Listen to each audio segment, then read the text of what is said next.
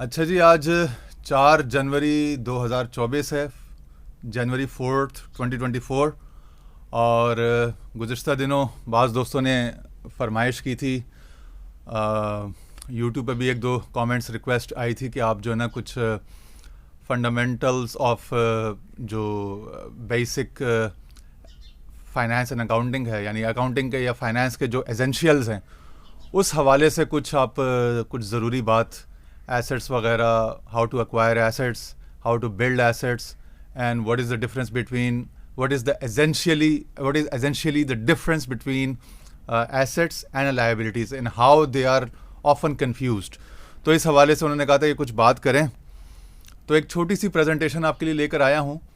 ये जो लोग आई.कॉम बी.कॉम वगैरह करते हैं वो उस तरह से जो हमारे यहाँ हमारे कॉलेजेस में पढ़ाई जाती है उस तरह की नहीं है।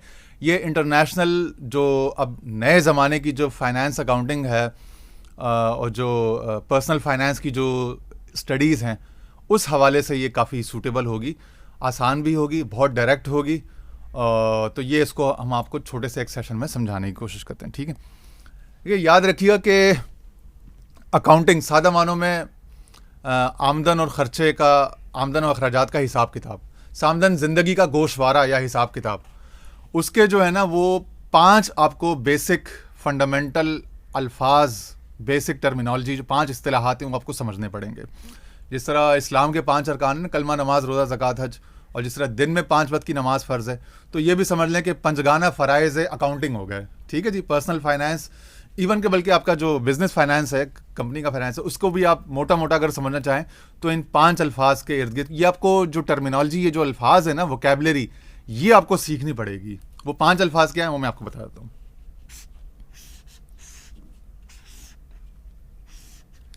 एक है जी इनकम,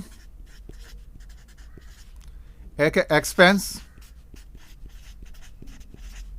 ठीक है। अच्छा, दूसरा जो कॉलम है उसमें मैं आपको 2 और अल्फाज सिखा देता हूं, वो हैं एसेट्स और लायबिलिटीज, ठीक है जी।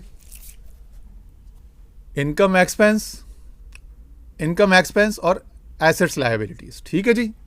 2 मैंने आपको वर्टिकल और 2 ऑफन जो है ना वो horizontal.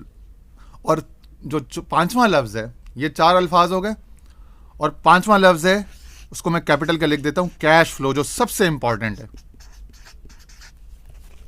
Cash flow, income expense, assets liabilities and cash flow.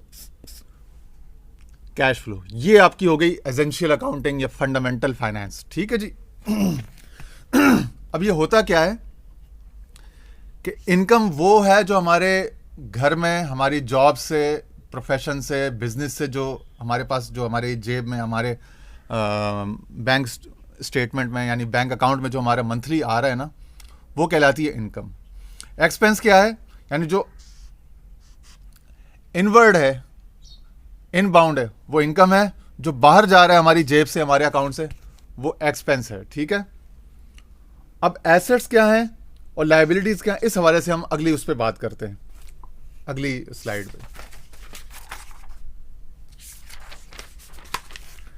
Assets याद रखिएगा, सादा अल्फाज में, सादा लफ्जों में, 1 लाइनर डेफिनेशन जो रॉबर्ट कियोसाकी की ने दरियाफ्त की है और अब दुनिया भर में मानी भी जा रही है। Assets is the thing that puts money in your pocket. Assets is something that puts money in your pocket, puts money. तो ये सादा अल्फाज।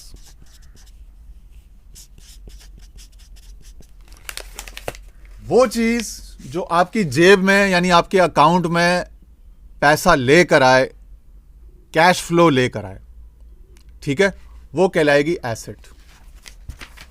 और इसी को आप ऑपोजिट, उसका उल्टा कर लें तो liability is something that takes money out of your pocket, takes money out of your pocket. जो आपकी जेब से चीज पैसा निकाल के लेके जा रही है या आपके अकाउंट से लेके जा रही है, वो कहलाती है लायबिलिटी, ठीक है ना। कहते हैं यार ये बंदा मेरे लिए, या ये मसला मेरे लिए लायबिलिटी बन गया। तो ये है, जो चीज़ आपकी जेब में, आपके अकाउंट में पैसा लेकर आ रही है वो कहलाएगी एसेट, और ऑफन टाइम्स आपको उसके लिए मेहनत भी नहीं करनी पड़ेगी। यानी कैश फ्लो का कॉन्सेप्ट अब उस एसेट में थोड़ा सा और आगे हो जाएगा कि वो फिर बाज़ औक़ात आपको उसके लिए काम भी नहीं करना पड़ता। शुरू में एसेट बिल्ड करना पड़ता है, उसके बाद एसेट आपको पैसे ला के कमा के देता रहता है। आपको खुद भाग भाग के कोशिश करके नहीं करना पड़ता। हाँ, आप खुद कोशिश करके करते रहें काम, अपना वक्त गुजारने के लिए, अपनी सेटिस्फैक्शन के लिए, अपना दिल पिशोरी दिलजुई के लिए, वो एक अलग बात है। वगरना एसेट जो है वो ये है कि शुरू में आपसे थोड़ी मेहनत लेता है, तवज्जो लेता है, उसके बाद फिर आपकी मेहनत, तवज्जो और टाइम, तीनों चीज़ें आपसे नहीं लेता, आपको पैसे ला ला के, कमाई ला ला के देता रहता है एसेट। ठीक है जी। अच्छा, अब एसेट्स होते क्या हैं वो मैं आपको समझा देता हूं थोड़ा सा, कि दुनिया में जो आजकल माने जा रहे हैं ना एसेट्स,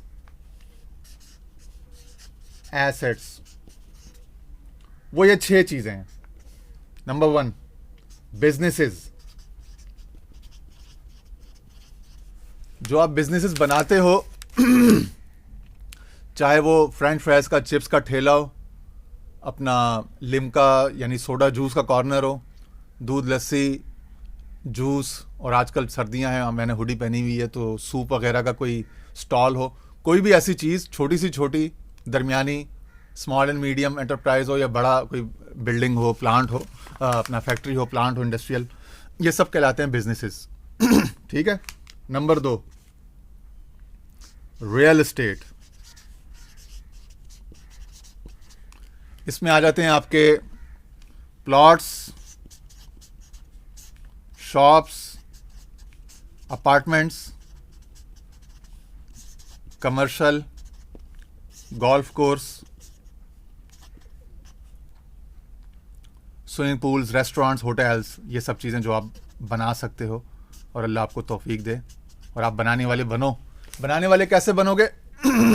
याद रखिएगा, जो रॉबर्ट कियोसाकी कहता है, कि मेरा रिच डैड कहता था कि वॉच योर वर्ड्स।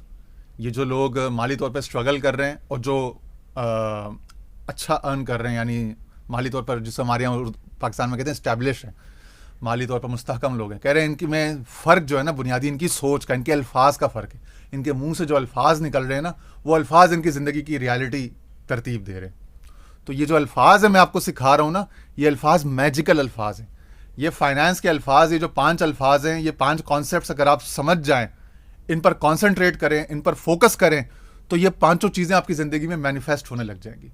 तो जितने भी पर्सनल फाइनेंस के गुरुज हैं, ये बार बार ये इस किस्म की बातें इसलिए करते हैं ताकि खुद उनके अंदर भी उनकी ब्रेन की, उनकी सबकॉन्शियस कंडीशनिंग हो, उनका जो पैराडाइम था पुराना, वो जो पॉवर्टी माइंडसेट था, वो इरेडिकेट हो, वो इरेज हो जाए, वो सारा डाटा, वो सारा गार्बेज आउट हो जाए, और गाइगो के न्यू इन हो जाए, गार्बेज इन गार्बेज आउट, कि पुराना कचरा निकाल के इधर से उधर कर दो, फेंक दो उसको। ठीक है ना। तो वो ऑपरेशन परफॉर्म करते हैं कि उससे क्लीनिंग, क्लेंजिंग हो जाए, कि पुराना सारा जो बैड सेक्टर, बैड डाटा था, वो रिमूव हो जाए, और नया सॉफ्टवेयर इंस्टॉल हो जाए, नई एक माइंडसेट इंस्टॉल हो। तो वो नए माइंडसेट को नए अल्फाज के जरिए से, क्योंकि वर्ड्स, वो जो बाइबल में ना, and the word became flash and the word becomes flash, दोनों तरह से आया, और लफ्ज जो है वो वजूद बन गए, लफ्ज जो है वो जिंदगी बन गया, कलमा जिंदगी बन गया। यानी कलमा जो मुंह निकलता है ना, कुन, अल्लाह ने कुन कहा था ना, काफ नु कलमा, उस कुन से सारी कायनात बन गई। इस कायनात को कहते हैं आलम तकवीन, और इससे पहले वो कहते हैं आलम अम्र। वहां पे आज भी वहां पे लौह महफूज तकदीरें मुरत्तब होती हैं, कलम चलता है, और ये आलम तकवीन, कुन फयकुन, मैनिफेस्टेशन का फिजिकल वर्ल्ड है। यहाँ पे चीज़ें होती हैं, नज़र आती हैं, मैनिफेस्ट होती हैं। कैसे होती हैं? तो स्पिरिचुअलिटी क्या है कि आप आलम अम्र में दुआ के जरिए से तकदीर, कहते हैं बदलती है, सदक़े के जरिए से तकदीर बदलती है। तो आप आलम अम्र की एनर्जी को एनर्जाइज, एक्टिवेट करते हो कि वो आलम तकवीन, कुन फयकुन, ये जो फिजिकल वर्ल्ड है, यहाँ पे वो असबाब क्रिएट कर दे। तो आप सोचो ऐसी चीज़ें, आप दुआएं ऐसी करो, और फिर अपनी सोचों को, अपने वर्ड्स को, अल्फाज को अलाइनमेंट में लेकर आओ।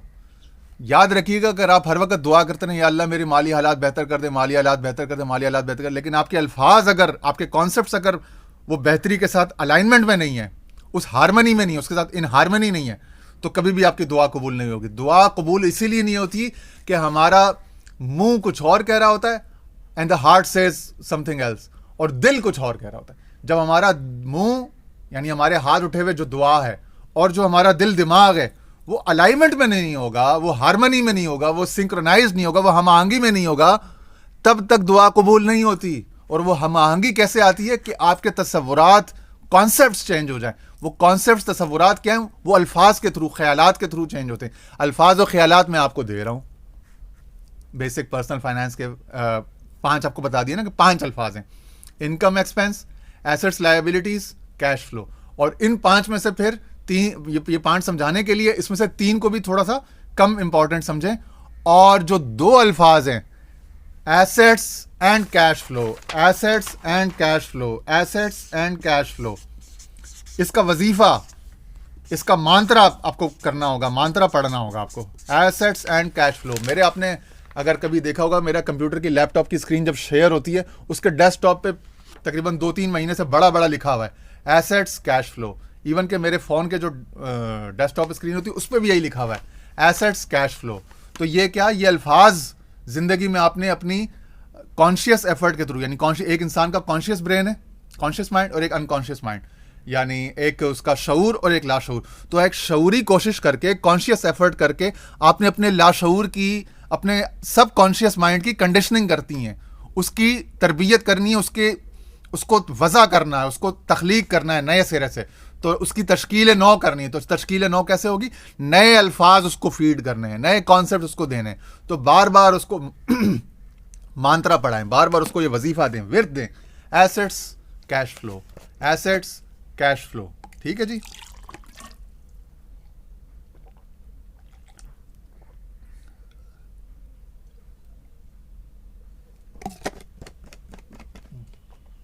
इसी से आपके हालात बेहतर होंगे, फर्द के, इंडिविजुअल के। और याद रखिए वो जो इकबाल ने कहा था ना, हर फर्द है मिल्लत के मुकद्दर का सितारा। तो हर फर्द जो है ना वो एक सितारा है। सितारे जगमगाएंगे, सितारे ज़मीन पर, ठीक है ना, तो ये पूरी दुनिया रोशन हो जाएगी। तो आपने कोशिश करना है कि अपने आप को जगमगाना है, अपने आप को सितारा बनाना है, अपने आप को अहम समझना है। ठीक है। फर्द कायम रब्ते मिल्लत से है, वो एक अलग कॉन्टेक्स्ट में है, लेकिन यहाँ पे फर्द है, हर फर्द है मिल्लत के मुकद्दर का सितारा। मैं इस पर जोर देना चाहूंगा, ठीक है ना। उसके बाद मिल्लत का मुकद्दर ही बेहतर हो जाएगा जब लोग आपस में, बहुत सारे सितारे, एनर्जाइज्ड इंडिविजुअल्स आपस में मिलेंगे, पॉजिटिव थिंकिंग, ग्रोथ ओरिएंटेड लोग, ग्रोथ माइंडसेट वाले लोग जब ज्यादा हो जाएंगे तो पूरी सोसाइटी रोशन हो जाएगी, पूरी सोसाइटी। ठीक है ना। तो इस तरह से आपने चलना है। अपने आप को पहले एनलाइटन, इल्यूमिनेट करना है, अपने आप को बिल्ड करना है। जब आप बिल्ड हो जाएंगे, आप तामीर हो जाएंगे, फिर दूसरे आदमी को तामीर करना है, फिर तीसरे को, चौथे को। एक एक फैमिली, एक एक यूनिट, एक एक घर तामीर होगा। इसी से सोसाइटी बनेगी, इसी से पूरा मुल्क अपने पांव पे खड़ा, सेल्फ रिलायंस की मंजिल, खुद इन्हिसारी की मंजिलें पहुंचेगा। ठीक है। तो दूसरा हमने बिजनेस, दूसरा एसेट हमने बताया था रियल एस्टेट, जायदाद, मकान, जिसमें दुकानें भी आती हैं, मकान भी आते हैं। ठीक है ना। और फिर बड़े पैमाने पे गोल्फ कोर्स, रेस्टोरेंट्स और होटल्स, चाहे वो आप इंडिविजुअल उसके ओनर हों, प्रोप्राइटर हों, या फिर उसके पार्टनरशिप में ओनर हों। ठीक है। नंबर 3, पेपर एसेट्स या लिक्विड एसेट्स जिसे कहते हैं। पेपर एसेट्स क्या है? स्टॉक्स, बॉन्ड्स, म्यूचुअल फंड्स या hedge funds, ETFs, exchange traded funds, और रीट्स, REIT। ये क्या? Real estate investment trust, real estate investment trust. और इसमें आप छट्टा लगा लें तो सेविंग्स है, जो आपके सेविंग अकाउंट है या करंट अकाउंट, जो आपके बैंक अकाउंट है, उसको आपने सेविंग, या घर में कोई गल्ला बनाया हुआ है या आपने कोई कमेटी डाली हुई, तो सेविंग्स। ठीक है ना।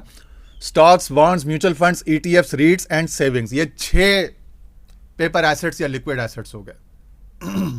लिक्विड का मतलब ये कि जल्दी से आपके हाथ में एनकैश हो जाते हैं, कैश आपके हाथ में आ जाता है। ठीक है। Business, real estate, paper assets. और चौथा है कमोडिटीज। कमोडिटीज में क्या आता है?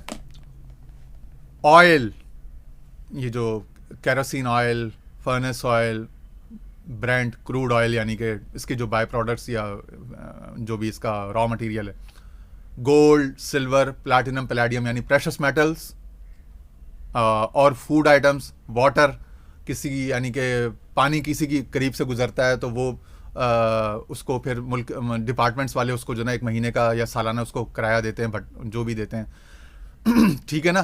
तो ये या आप ऑयल वेल्स के मालिक हो जाएं आप आगे चल के, शुरू में आप ऑयल स्टॉक्स के पेपर एसेट्स के जरिए ऑयल में एंट्री ले सकते हैं, या PMEX पाकिस्तान मर्केंटाइल एक्सचेंज के जरिए, और फिर बाद में अल्लाह आपको वसअत दे तो आप वेनेजुएला में, चाइना में, अपना रशिया में या अरब कंट्रीज़ में किसी ऑयल वेल के ही मालिक। क्यों? कभी भी कोई अल्लाह के दर में कोई कमी नहीं है, आपने सिर्फ इन कॉन्सेप्ट्स को अपने अंदर इनकलकेट, इंडोक्ट्रिनेट करना है, अपनी एक नज़रियाती, एक फ़िक्री तरबियत, शऊरी तरबियत करनी है इस हवाले से। ये जो 2 अल्फाज बताए ना, 5 में से 2 की एसेट्स, कैश फ्लो, इनको बार बार, इनको रेपिटिशन इज द की। कहते हैं तकरार जो है उसमें राज है, तकरार में सारा बरकत, सारा कमाल, सारा जादू तकरार में है। तो उन अल्फाज को मुसलसल देखें ना, आप कोई किसी पीर साहब, किसी रूहानी हस्ती के पास जाएं, उसको बोले मेरा फलाना मसला है, तो आपको किसी इस्म की तकरार, किसी अल्लाह के अस्माए हुस्ना 99 में से एक नाम दे देता है खास, ताकि उस नाम की तजल्ली से बार बार आपका कनेक्शन बने और उसका फैज़ आपको उस सिफत का मिले। आपके अंदर अगर गुस्सा है तो वो कहेगा अर्रहमान पढ़ें, आपको अगर मगफिरत चाहिए तो अलगफ़ार, अलगफ़ार, या गफ़ार, या गफ़ार, या गफ़ूर, या गफ़ूर, ठीक है ना। अल्लाहुम्मा ग़फ़िरली वरहमनी, अल्लाहुम्मा ग़फ़िरली रब्बिग़फ़िर वरहम वअन्ता खैरुल वारिसीन। तो कुरान में, हदीस में दुआएं हैं, ठीक है ना। तो या हय्यु या क़य्यूम, ये तो तमाम ज़िंदगी के सारे कामों के लिए जामे वजीफ़ा है ना। खुद हुज़ूर अलैहिस्सलातु वस्सलाम ने बाज़ ज़िंदगी के अहम मामलात जब वक्त आए तो आप सजदे में गिर के या हय्यु या क़य्यूम, तो इसीलिए बाज़ों ने, अक्सर उलमा, मुफस्सिरीन, बुज़ुर्गों ने कहा कि ये इसमें आज़म है। तो या हय्यु या क़य्यूम बार बार जब आप इसकी तकरार करते हैं, मुख्तलिफ सलासिल में इसी का वजीफ़ा दिया जाता है कि 300, 500, 800, 1000 दफ़ा दिन में पढ़ें, 500 जो भी है, ठीक है ना, अव्वल व आखिर दुरूद शरीफ के साथ, ठीक है, ताकि दुरूद शरीफ की बरकत से उसको कबूलियत की सनद अता हो जाए। तो वजीफ़ा क्यों किया जाता है, विर्द किस लिए किया जाता है? एक तो ज़्यादा कभी नहीं करना चाहिए, क्योंकि excess of everything is bad. Controlled माहौल में, रेगुलेटर जो आपको किसी ने सजेस्ट किया उतनी तादाद में, जितना रिकमेंडेड है उतना ही, उससे ज़्यादा नहीं। ये नहीं कि 10 लाख दफ़ा, ठीक है ना, क्योंकि ज़िंदगी में और भी बहुत से काम होते हैं। तो इसलिए अल्लाह ने आपको इबादत का भी एक खास वो दिया ना कि 5 वक्त की नमाज, वरना वो कह सकता था कि 50 वक्त की नमाज या 100 वक्त की नमाज, ठीक है ना। तो आपको हर चीज़ अपने वक्त पर, हर चीज़ अपने महल में। तो वजीफ़े में बुनियादी फ़िलासफ़ी क्या है कि तकरार, जब आप एक इसम की, या रहमान, अर्रहमान, अल कुद्दूस, अल मलिक, अल खालिक, अल बारी। बचपन में जब मैं छोटा था, 9वीं 10वीं में था, तो मेरे पास अस्माउल हुस्ना की एक किताब थी, तो मुझे लगता था मेरा रंग अच्छा नहीं है या मैं खूबसूरत नहीं हूँ, तो वो या खालिकों की उसमें लिखा हुआ था कि आप 500 दफ़ा या पता नहीं 1000 दफ़ा रोज़ाना पढ़े। तो मैं स्कूल की वैन में स्कूल जाते हुए आते हुए या खालिकों की तस्वीर पढ़ता था, ताकि मेरे चेहरे में हुस्न आ जाए। ये एक कहने का मकसद ये है कि आप किसी खास इसम की, किसी खास अल्लाह के नाम की आयत की जब तकरार करते हैं तो उसकी बरकतें, उसके असरात आपकी ज़िंदगी में ज़ाहिर होने लग जाते हैं।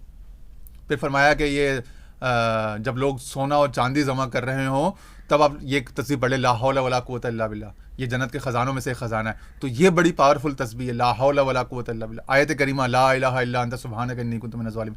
तो मुश्किलात से निकलने के लिए, ज़िंदगी में आसानियों का हुसूल, बरकतों के हुसूल के लिए मुख्तलिफ दुआएँ हैं।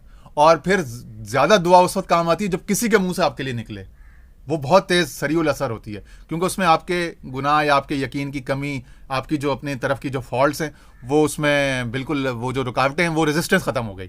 तो दूसरे के यहाँ से सॉलिड 100% आपको मिल जाती है दुआ।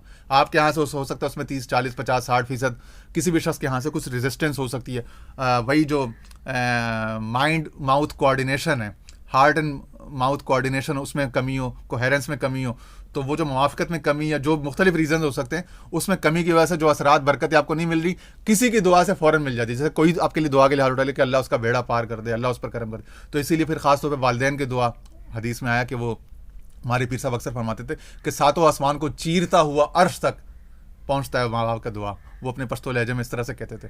तो ये ठीक है ना। तो किसी की दुआ, इसी तरह हदीस में बिज़ाहिरिल गैब कि एक मुसलमान जो भाई होता है अपने मुसलमान के लिए पीठ पीछे जब दुआ करता है वो फ़ौरन लगती है।